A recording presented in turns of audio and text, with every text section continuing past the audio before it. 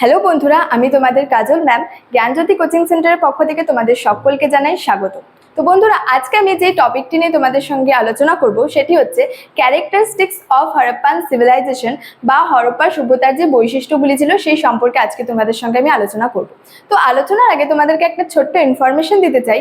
তোমরা যারা আমাদের কোচিং সেন্টারে এখনো যুক্ত হওনি কিংবা যুক্ত হতে চাইছো, তারা উপরে দুটি নাম্বার দেখতে পাচ্ছ, 6295916282 এবং 7076398606।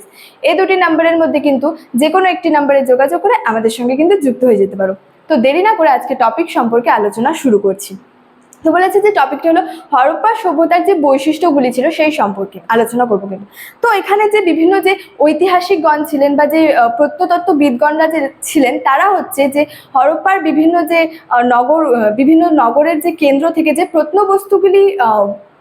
প্রত্নবস্তুগুলির উপর নির্ভর করে কিন্তু এই সভ্যতার যে বৈশিষ্ট্যগুলির কিন্তু ধারণা দিয়েছেন এবং একে একে কিন্তু এই সভ্যতার বৈশিষ্ট্যগুলির সম্পর্কে আমি আলোচনা করব।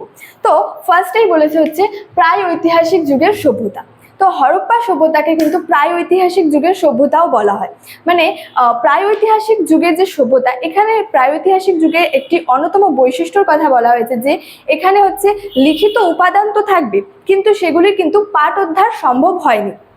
সেখানে হচ্ছে লিখিত উপাদানগুলি ছিল কিন্তু সেগুলির পাঠোদ্ধার সম্ভব হয়নি, তাই এই হরপ্পা সভ্যতাকে প্রায় ঐতিহাসিক যুগের সভ্যতা বলা হয়। এবং যে শিলমোহরগুলিতে সেখানে যে হচ্ছে সিন্ধুলিপিগুলি ব্যবহার করা হয়েছিল সেগুলির কিন্তু পাঠোদ্ধার সম্ভব হয়নি, তাই বলা যায় যে হরপ্পা সভ্যতা হলো প্রায় ঐতিহাসিক যুগের সভ্যতা। আচ্ছা, নেক্সট বলছে হচ্ছে তাম্রপ্রস্তর যুগের সভ্যতা।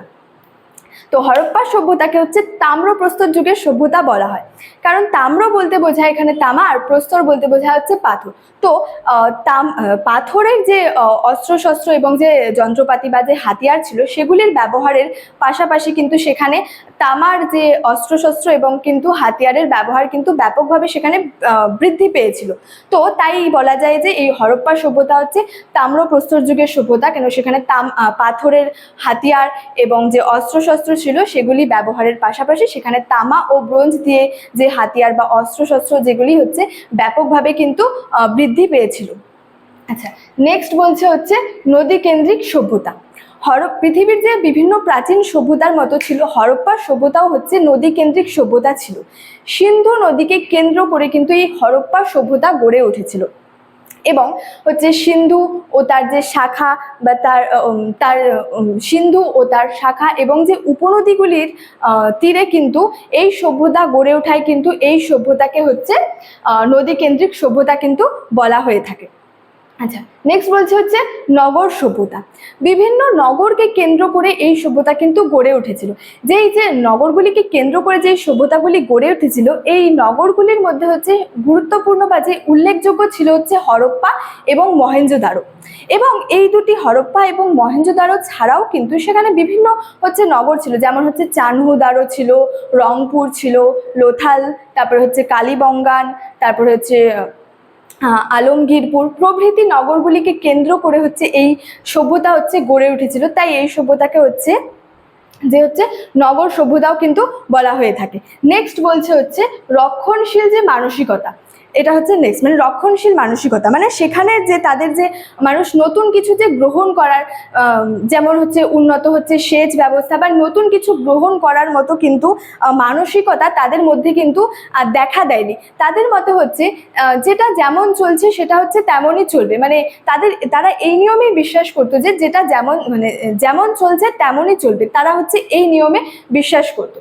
আচ্ছা, নেক্সট বলছে সর্বত্র হচ্ছে একই রকমের হচ্ছে জীবনযাপন। তাদের যে জীবনযাত্রা এবং সংস্কৃতিতে কিন্তু সর্বত্র একই রকমের জীবনযাপন কিন্তু লক্ষ্য করা গিয়েছিল। মানে তাদের কথা হচ্ছে তারা হচ্ছে তাদের যে জীবনযাত্রা এবং সংস্কৃতিতে যে একই রকমের সর্বত্র সবকিছু যে একই রকমের কিন্তু যে একটা পরিচয় কিন্তু পাওয়া গিয়েছিল। তারা হচ্ছে তাদের যে গঠন রীতি এবং যে জীবন রীতিগুলি ছিল সেগুলি কিন্তু প্রায় সর্বত্র একই রকমের ছিল। আচ্ছা, নেক্সট বলছে হচ্ছে শ্রেণী বৈষম্য। মানে হরপ্পা সভ্যতার বা যে সিন্ধু সভ্যতার যে নগর বিন্যাসের মধ্যে কিন্তু এই যে শ্রেণী বৈষম্য এটা কিন্তু লক্ষ্য করা গিয়েছিল। মানে সেখানে হচ্ছে যে দুর্গ এবং যে ছোট ছোট ক্ষুদ্র যে ঘরগুলি ছিল সেগুলির কথা বলা হয়েছে, এবং এই যে দুর্গগুলিতে এগুলিতে হচ্ছে হচ্ছে শাসক শ্রেণীরা বসবাস করতো, এবং বলা যায় যে সেখানে যে মাঝারি যে ঘরগুলি ছিল সেখানে হচ্ছে এই ব্যবসায়ী, তারপর হচ্ছে এই পুরোহিতরা, এই যোদ্ধারা এখানে কিন্তু বসবাস করতো, এবং যে ক্ষুদ্র ক্ষুদ্র ঘরগুলি ছিল এখানে হচ্ছে শ্রমিক শ্রেণী বা যে দরিদ্র শ্রেণীর যে মানুষজন অধিবাসীরা তারা হচ্ছে বসবাস করতো। তো এখানে এই শ্রেণী বৈষম্যটা কিন্তু লক্ষ্য করা গিয়েছিল। আচ্ছা, নেক্সট বলছে হচ্ছে পৌরশাসন।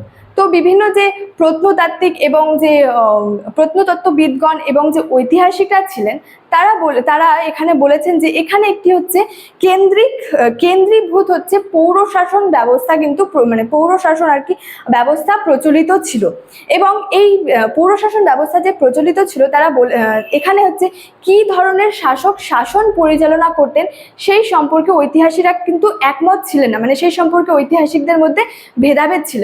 যে এখানে যে তারা যে বলেছেন বিভিন্ন ঐতিহাসিকরা এখানে একটি হচ্ছে কেন্দ্রীভূত যে পৌরশাসন ব্যবস্থা প্রচলিত ছিল, কিন্তু কি ধরনের শাসক শাসন পরিচালনা করতেন সেই সম্পর্কে কিন্তু ঐতিহাসিকদের মধ্যে ভেদাভেদ ছিল, তারা কিন্তু এই সম্পর্কে একমত হচ্ছে ছিলেন না।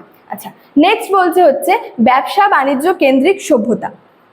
তো যে কোনো নগর বা যে শহর গড়ে ওঠে কিন্তু এই ব্যবসা বাণিজ্যকে কেন্দ্র করে। হরপ্পা সভ্যতাতেও কিন্তু বিপুল পরিমাণে যে কৃষিজ উৎপাদনের সঙ্গে সঙ্গে কিন্তু ব্যবসা মানে কৃষিজ উৎপাদন যে ছিল সেটার বৃদ্ধির সঙ্গে সঙ্গে সেখানে কিন্তু ব্যবসা বাণিজ্যেরও কিন্তু বৃদ্ধি ঘটেছিল। মানে সেখানে যে কৃষিজ উৎপাদন বৃদ্ধি পাওয়ার ফলে সেখানে যে ব্যবসা বাণিজ্য ছিল তারও কিন্তু বৃদ্ধি ঘটেছিল, এবং সেখানে তাদের হচ্ছে বিদেশিদের সঙ্গেও কিন্তু একটা বাণিজ্যিক যোগাযোগ ছিল, যেমন হচ্ছে মিশর, ব্যাবিলন এবং সুমেরের সঙ্গে কিন্তু তাদের একটা হচ্ছে বাণিজ্যিক যোগাযোগ কিন্তু ছিল। আচ্ছা, লাস্টে বলেছে হচ্ছে মাতৃতান্ত্রিক সভ্যতা। তো হরপ্পা সভ্যতা মূলত হচ্ছে মাতৃতান্ত্রিক সভ্যতা বলা হয়ে থাকে, কেন কি সেখানে যে পোড়ামাটির তৈরি হচ্ছে বহু সংখ্যক যে নারী মূর্তি এবং যে সেখানে যে পোড়ামাটির তৈরি বহু সংখ্যক যে দেবী মূর্তিগুলির নিদর্শন পাওয়া গেছে, এবং যে নগ্ন নারী মূর্তি ছিল।